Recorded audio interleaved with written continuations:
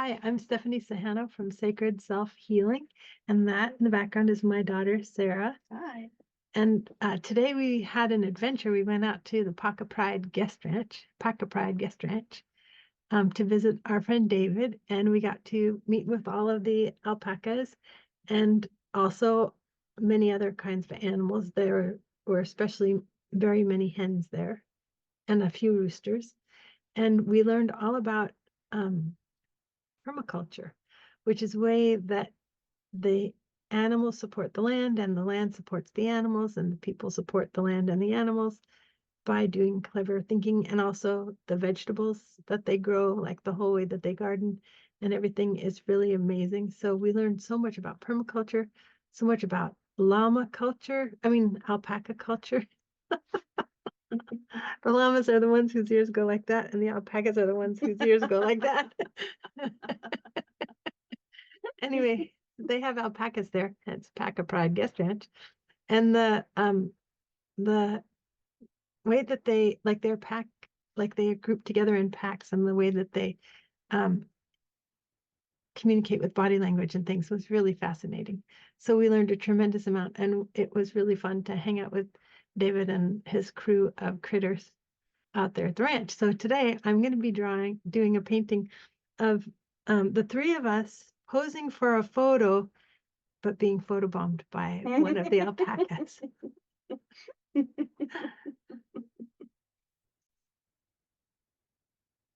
Okay, so now I'm going to do this painting of us at the Paca Pride Guest Ranch, which is in Washington State, out Highway 2.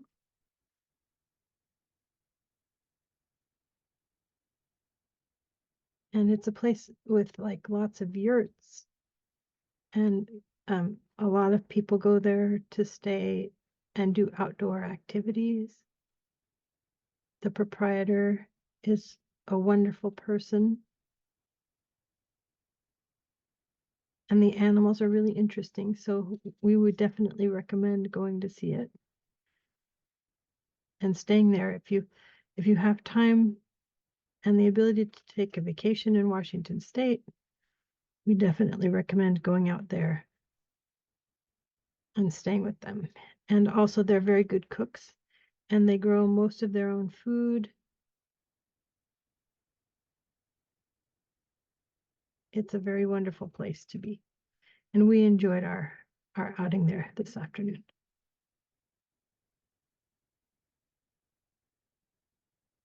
And actually, the reason that we were motivated to go out there was because they're having an abundance of eggs this season from all of their hens. And so they needed egg cartons, and we eat a lot of eggs. And so we have a lot of egg cartons. So we brought them out there. All right, so that's me and Sarah. Actually, let's have our arms around each other.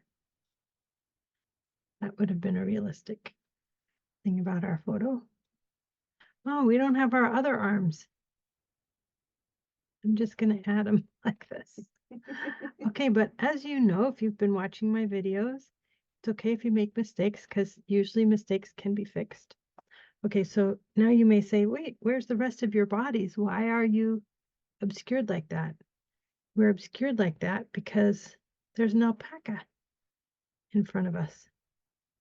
So this alpaca is a combination of a bunch of their alpacas out there. He has such a big fringe to cover up his eyes because as I was trying to draw this alpaca, I could not figure out how to make the eyes look like any of the alpacas that we saw. So I decided he could have a fringe that would cover up his eyes. It was a solution. Now, one thing that we learned is that the alpaca's teeth grow the same way that rodents do, like they just continue to grow, and they have to be challenged in order to break off and stay healthy. And yes, they break off to stay healthy. And so one of the things that they do is they collect Christmas trees at the ranch, and they let the alpacas chaw on the Christmas trees, and it helps them have healthy teeth. How about that? I've seen it on their Facebook page, but I've never actually seen the Christmas trees in person out there. So it was really interesting to see them. Okay, so there are the four of us. That's David. That's me, of course. That's Sarah. And that's one of the alpacas.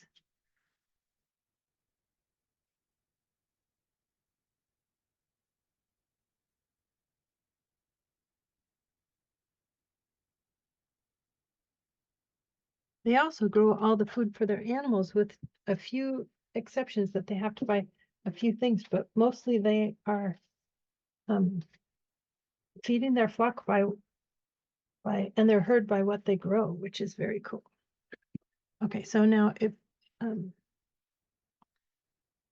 now I have to figure out how I'm going to paint all of these things. I think I'm going to start with the easy stuff first and get all of us in there.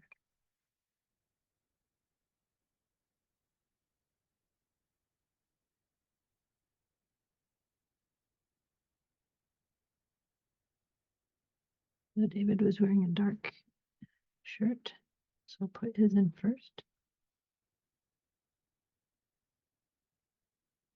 Sarah, what was your favorite thing about being at the Paca Pride Guest Ranch today? I really liked, well, obviously the alpacas are adorable. That was they were really lovely to play with. But I really liked hearing him talk about, like, he just has such an incredible breadth of knowledge, a beautiful understanding of how every symbiotic system on that farm works together, be it the plants or the bugs or the weather or the rats or, you know, the alpacas, the chickens, everything seems to have a purpose, and he knows about every single little bit of it. He's really it's an pretty expert in what impressive. he does. It was very impressive. Yeah, it was beautiful to hear him talk about something that he's clearly so passionate about, and I learned a lot. I knew none of that stuff. I feel like I've unlocked, you know, a new corner of the matrix today, listening. Ooh, a new corner of the matrix. It's something I know nothing about. It's very nice to hear someone who's an expert at something teach me something. Oh, that always feels great. I love it. Yeah, and he really knows his stuff. So it was, I am a person, like Sarah mentioned, who loves to hear people talk about the things they're passionate about. And David is so passionate about permaculture and animal husbandry. And he knows like every chicken on the farm, chicken and rooster, and what their age is, what their parentage is. It's pretty impressive to know like which chicken came from which hen and which rooster. It was something else, really. Okay, so now Sarah and I both have super pale skin.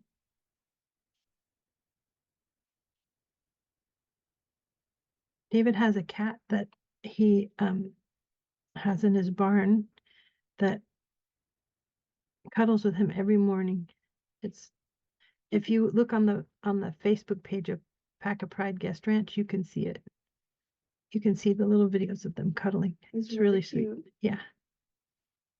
There's not a thing on the ranch that isn't cute. Even the yurts are cute. Oh yeah, and if you what? I bet even the bugs are cute. Yeah, probably even the bugs are cute. And if you never had a chance to sleep in a yurt and you want a chance to sleep in a yurt, that can be done at the Paca Pride Guest Ranch.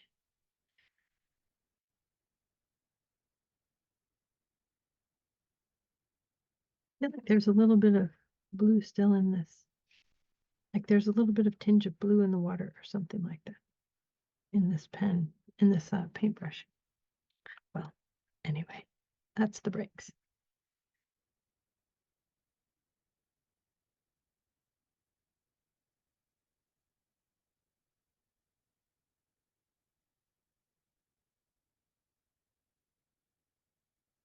We've been going out and it's been very rainy everywhere that we've been, and today out where we were, it was also very rainy on the ranch.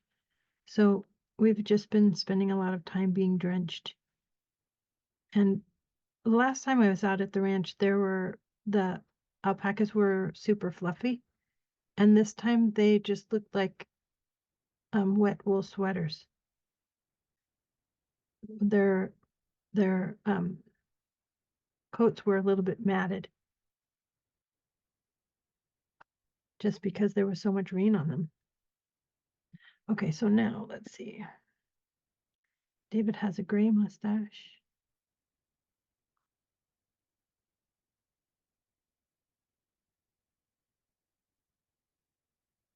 Oh yeah, there's definitely blue water in this paintbrush because everything is turning out a little bit bluish.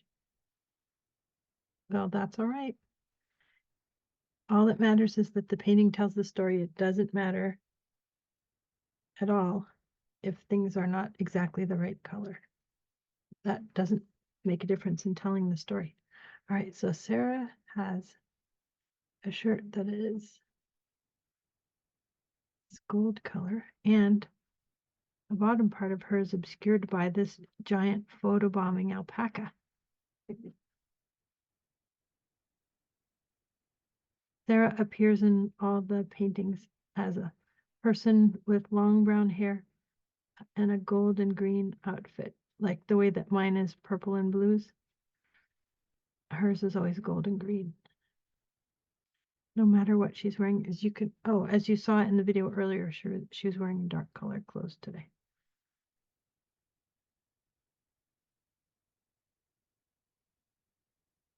But as a nod to her green scheme, I could make her ponytail holder be green. So she doesn't actually lose the green just because it's being hidden by an alpaca photobombing us.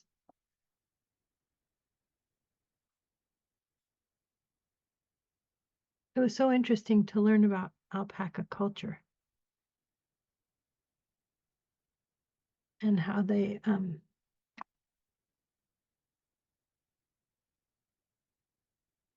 move together and how they, like, if you move your hand toward them, they'll think that you're asking them, like that you're declaring this is my space and that you're asking them for space, and they'll move away and give you space. And if you want to cuddle up to an alpaca, you have to approach them sideways. So you give them a narrow view of yourself.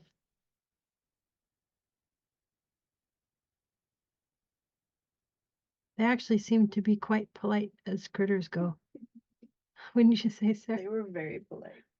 They were even polite to all the chickens that were running around. Yeah. They're polite to each other. They shared the hay. There was no headbutting or fighting like goats. I'm used to goats.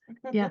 Oh, and one funny thing that happened while we were there was one of the chickens laid an egg in the straw or hay or whatever it was that the alpacas were dining on.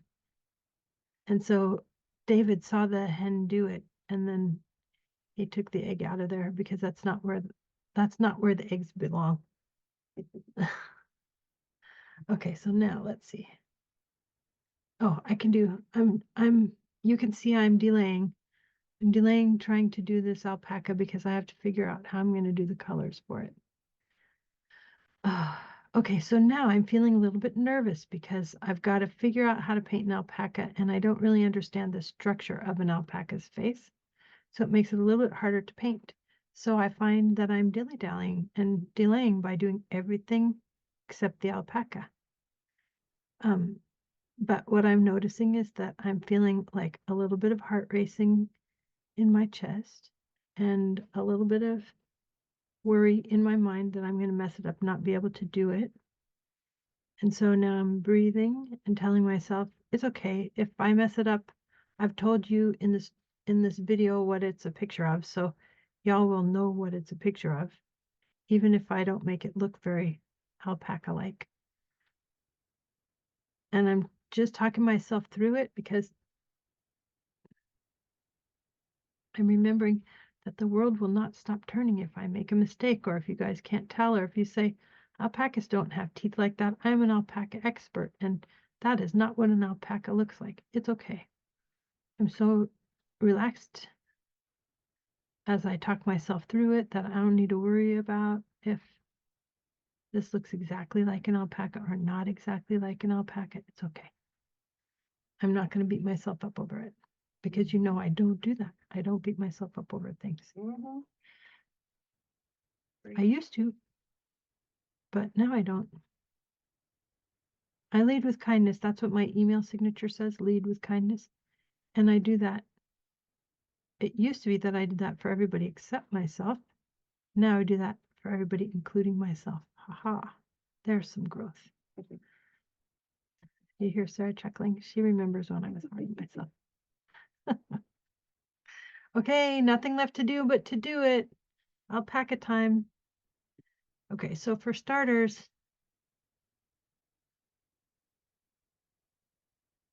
I'm looking at a picture of an alpaca, and it has gray on the sides of its nose, like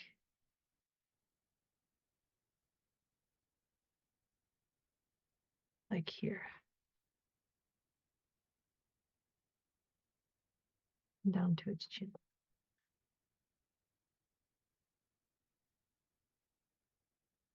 Sorry about that. That was somebody coming in the room, not aware that we were recording because I left the door open since Sarah's here. My bad.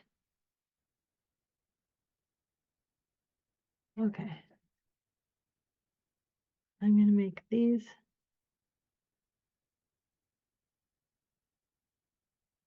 We can hear you.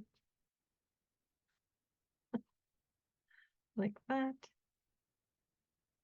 And then, let's see, maybe some fluffies underneath the chin.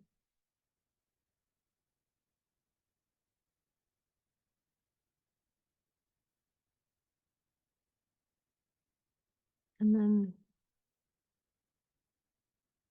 the ears have a light part and a dark part. We'll just do it like that. So far, so good. It's not looking any less like an alpaca than when I started.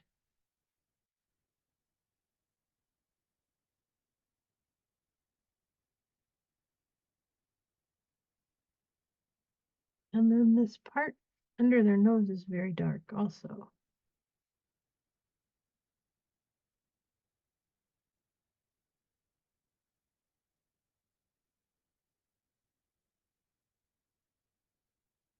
And then their lip is really dark.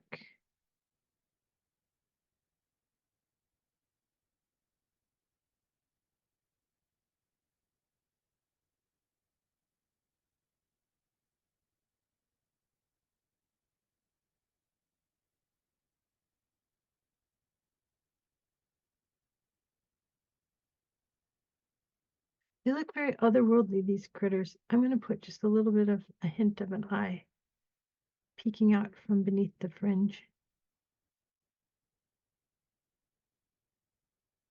They're very otherworldly. Never seen anything like it. Okay, so now I'm going to mix up this color.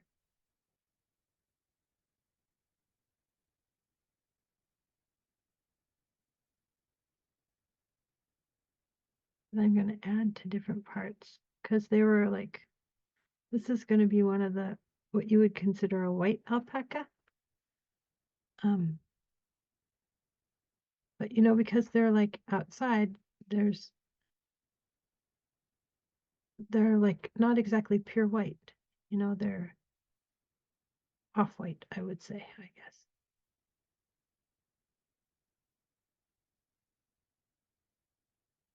They had alpacas there that were black and white and different kinds of brownish colors. They have a herd of about a dozen.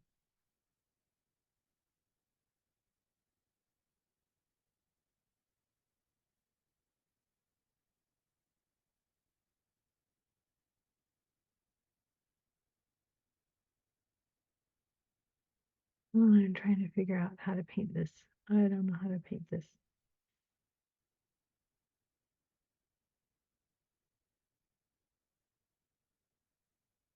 And I didn't take good photos while I was there. My bad. I did. Sarah did, but the photos she has are from different angles than the ones that I wanted to paint because I wanted it to look like it was photobombing us. So Sarah sent me a whole bunch of gorgeous pictures of these beautiful animals, and none of them had the view that I wanted. Oh well. Let's see, maybe I'll add some of that color in here, see if I can do that without unfurring it all.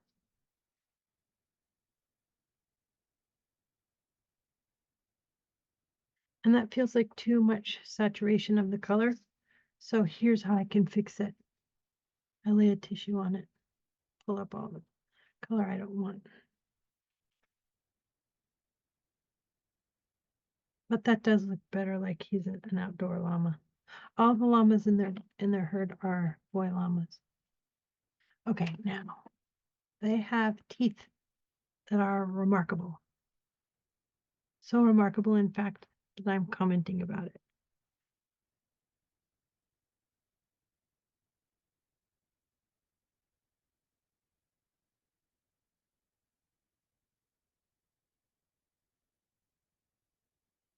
Their teeth grow so long and then they have to break off, and they only have bottom teeth. They don't have top teeth because they're just like lawnmowers, he said. So they don't really need top teeth because they're not grinding. They're just chewing. They're just scooping, like trimming the grass. All right. I'm going to call that good. I'm realizing now that the video wasn't fabulous. Couldn't see all the colors because I needed so much light. It sort of washed it out. Well, on the photo that's going to be associated with it, you'll get a better look at the colors. Sorry.